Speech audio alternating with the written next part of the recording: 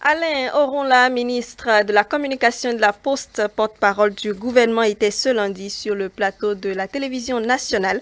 Objectif, passer en revue la tournée de reddition de comptes du chef de l'État, Patrice Talon. Le point avec Karina Denis.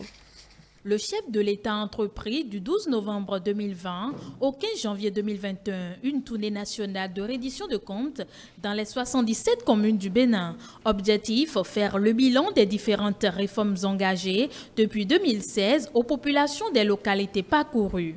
Au thème de ce périple, le porte-parole du gouvernement Alain Oronla est revenu sur les grands enseignements à tirer. Pour lui, cette tournée est inédite en ce que c'est la toute première fois qu'un président de la République en exercice prend ce pari.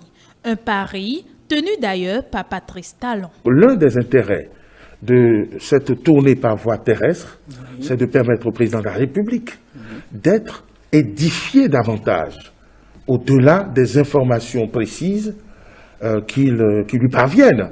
La tâche la plus difficile, c'est la tâche de redressement de notre pays.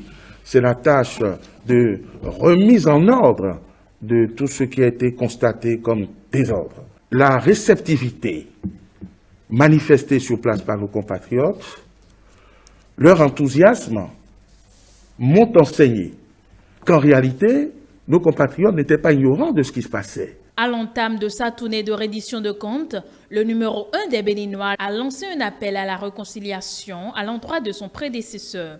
À en croire Alain Oronla, à travers ce geste, Patrice Talon a une fois encore fait preuve d'humilité. La paix et la réconciliation sont une quête permanente. Ce n'est pas donné à tout le monde ou à n'importe qui de rester silencieux lorsqu'on reçoit des agressions de ses prédécesseurs.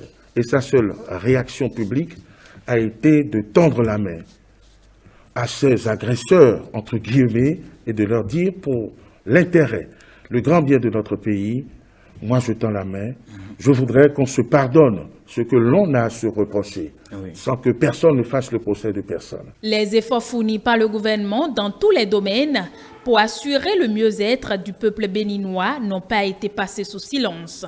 Nous avons aujourd'hui une centrale qui nous permet de couvrir la moitié de nos besoins en énergie et nous allons dans les 2 ans à venir dans l'autonomie, dans le domaine de l'éducation. Nous connaissons les difficultés que nous avons à former des gens à un métier. Il y a un programme qui est en cours pour permettre par exemple la construction de lycées techniques puisque nous avons opté pour un enseignement technique et professionnel. C'est pareil pour le programme d'asphaltage. L'objectif, l'ambition, c'est que toutes les communes du Bénin, toutes les rues soient pavées, asphaltées. À Adjoum, Patrice Talon a annoncé sa candidature à l'élection présidentielle d'avril 2021.